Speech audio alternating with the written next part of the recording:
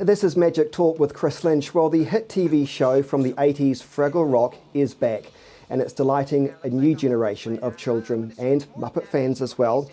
Remember this, in 1987, the original Henson production of Fraggle Rock went off the air. How dare they do that? But now, in 2022, Apple TV Plus is screening Fraggle Rock Back to the Rock, and it is receiving brilliant reviews, not just here in New Zealand, but internationally. The show is executive produced by Lisa Henson and 10-time Emmy-nominated and award-winning producer Halle Stanford, who is with me now. Good morning to you, and thanks so much for your time.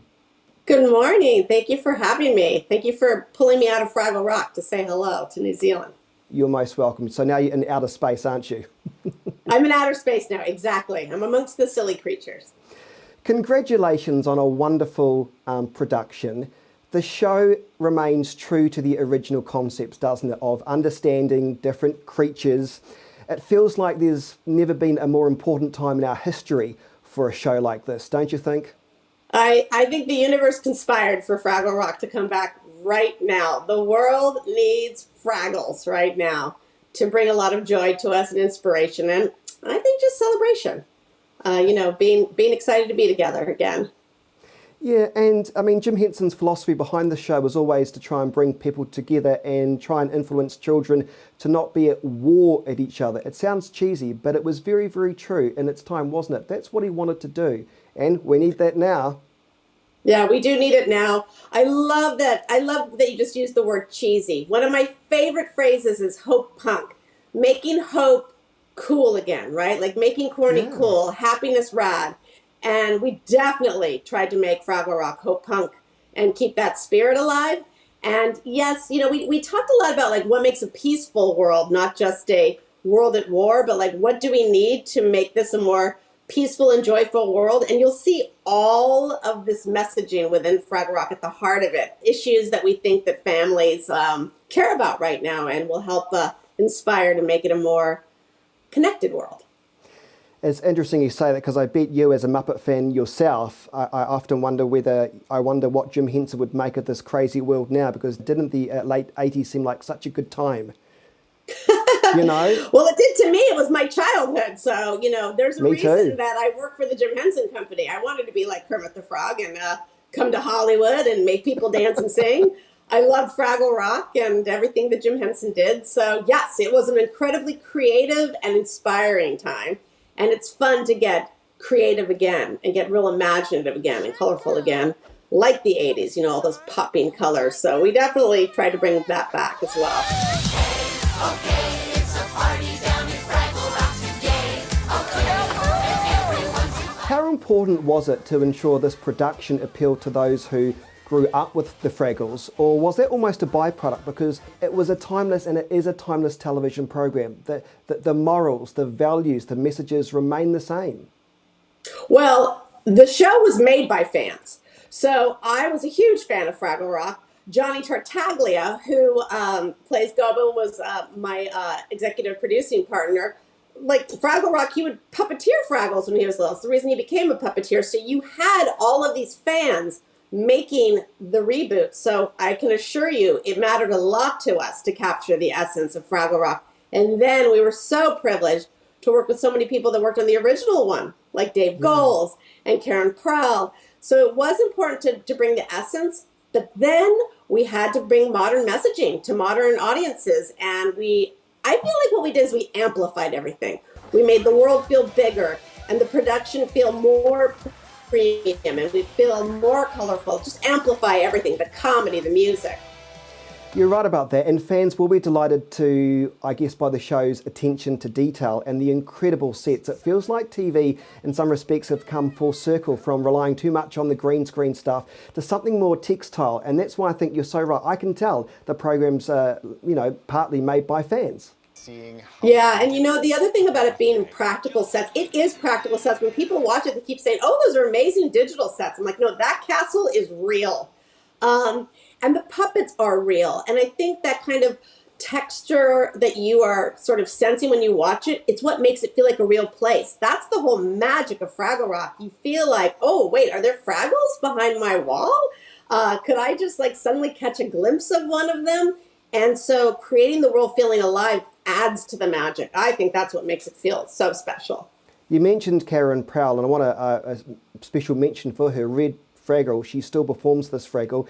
You know, years later, she was a main cast core member in the 80s. Her energy with Red is the same. Does this lady ever age? No, she does not age. She has so much energy. She is such a superstar. She is the last one to leave the set, the first one to arrive, always innovating, always just feeling the characters and making us all feel so part of the process. She's incredible. Absolutely so much fun to work with. She also plays a character called Icy Joe that you'll get to know. And she, like, Icy Joe is the opposite of Karen. So I also think she had a lot of fun sort of stretching her comedy chops in this reboot. So I think she had a lot of fun. And also David Gold, he's back on the show as well. Fans will know his name. Yes, well, he's playing Boober and Uncle Traveling Matt again, and the world's oldest Fraggle. He's so funny as the world's oldest Fraggle, by the way. But Dave Goles is my hero. When I was a little girl, my nickname was Gonzo. So when I started the Jim Henson Company, I was an assistant, and Dave was such a great mentor to me. So for me to get to executive produce the reboot of Fraggle Rock with Dave recreating his roles, stretching the roles, but also being a producer on the show, it was like the greatest professional experience of my life. So yeah, I believe it. I want to ask you, how has the streaming platforms made a difference to your television productions? Of course, it's allowed us to have more opportunities to sell our shows to different platforms, which I always love a new buyer. But I think the thing that's so extraordinary about the streamers is that they drop internationally all at once, all over the world at the same time. And I think that's extraordinary. So we had to really think about, okay, Fraggle Rock is going to land in homes all over the world. What kind of topics are going to relate to a child that's in China, a child that's in California, and a child that's down in South America? Like, we really did lots of heavy thinking about that. So I think that's the exciting thing about the streamers, and most certainly the support they give us. Just the support and the love and the trust that we got from Apple TV Plus was absolutely extraordinary. The original Fraggle Rock was truly universal with local inserts from other countries, and it was redubbed in different languages too, all over the world, but that was very much intentional, wasn't it? It was intentional. It was intentional to create that global vibe, right? That Jim Henson wanted to feel local, but global. We do have the same doc. We don't have different docs. That was very deliberate. Particularly because we did want it to feel connected with the same character. And we thought, okay, well, let's make her a young person. Let's make her a woman. And let's make her a scientist. Because, come on, science is what's going to help change this planet and make it a better place. So we felt that her character was very relatable on so many different levels, particularly for children, to be a role model. But we thought, okay, what we'll do with Fraggle Rock is when Uncle Traveling Matt is out in the world, we'll try to make it feel very international. We'll try to make it feel like he could be anywhere in the world. But certainly Doc, I would say that she's somewhere on the East Coast of the United States, saving the planet, saving the oceans. Oh, we need that, that's for sure.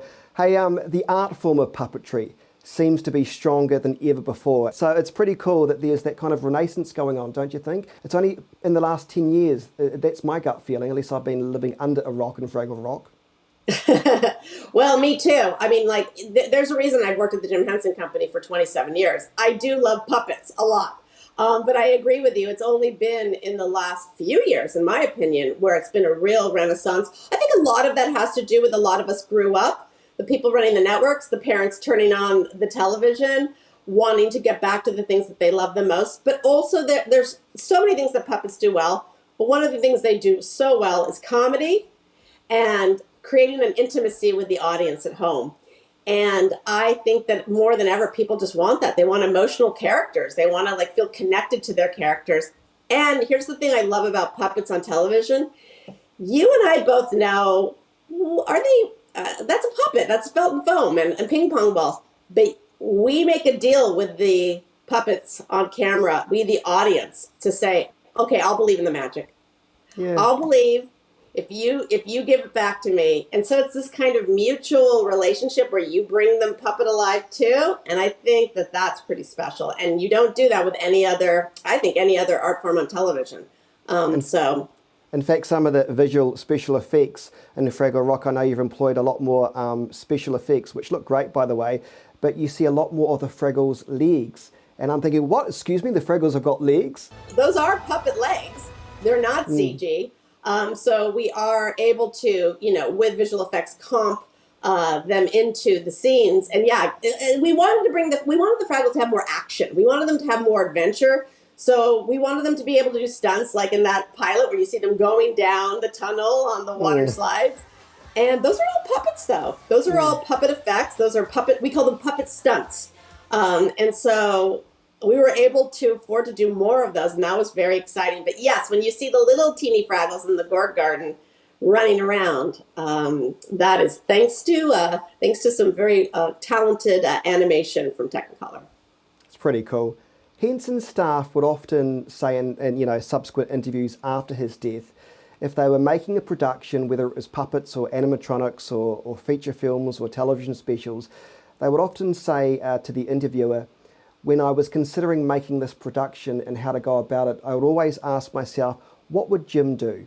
In recreating this series, did you have anybody else that you look up to or think, what would they do? Oh, well, absolutely. You know what? Honestly, I think it's a lot of having to know what would my kids love. Yes. If you're talking to me personally, I have two boys, one 24 and one 11, and I think a lot about them in the world and what would bring them joy.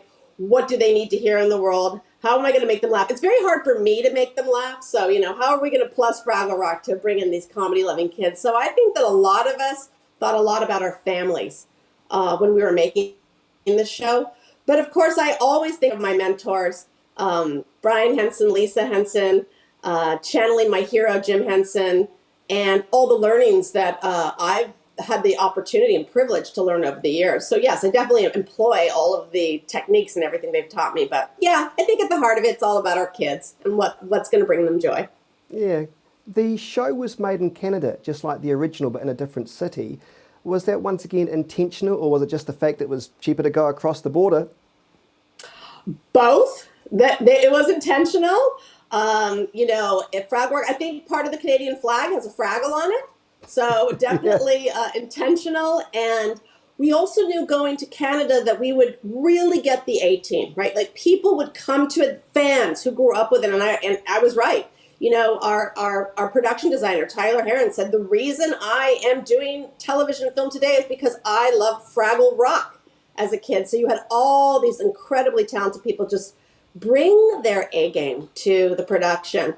But I'll tell you, like when I would go across the border, and we made this during the pandemic, so it was very tricky when you get to the border. It was scary times, and they'd say, why are you here? And I'd say, oh, well, I'm working on a television series, and they said, well, what is that series? And they'd say, oh, it's Fraggle Rock, and they're like, oh, well, come on in.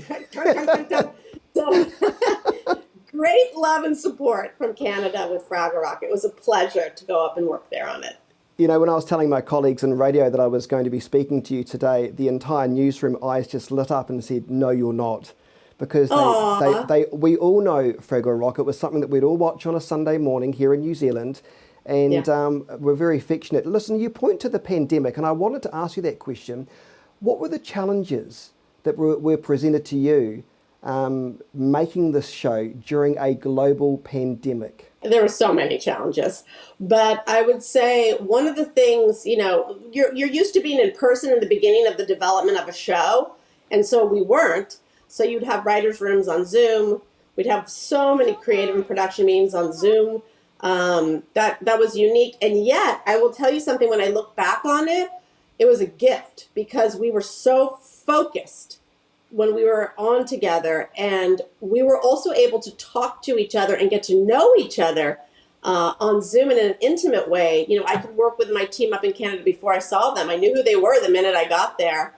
And also it kind of broke down barriers. So we worked with a lot of celebrities, and I was very shy. Before the pandemic, I was very shy to work with celebrity. Now I'm like, they're in their kitchen. Their kids and their cats are running around. It's all their people. And so we had, again, this kind of intimacy with all of the creators on the project. And it was just such a pleasure. It was so much fun. So in some ways, it brought us all closer. But the challenges are what I'm sure you can imagine, which are everything from social distancing, we were very safe, to we all had to get tested every day. Believe me, a lot of people did not like getting those throat swabs every day, but we got used to it. So just all of those things, just being really siloed from each other and yet really connected in a way that we hadn't ever been before. Who would have thought? But I'm glad to see the Fraggles aren't wearing masks though. They're not. Always safe in Fraggle Rock. It's been an absolute pleasure and an honour to speak with you, and I say that sincerely. Congratulations on your own success in moving up the ranks of the Jim Henson Company. Halle Stanford, Jim Henson Company television president and the executive producer of Fraggle Rock, thank you so much for your time. Thank you. Thank you so much.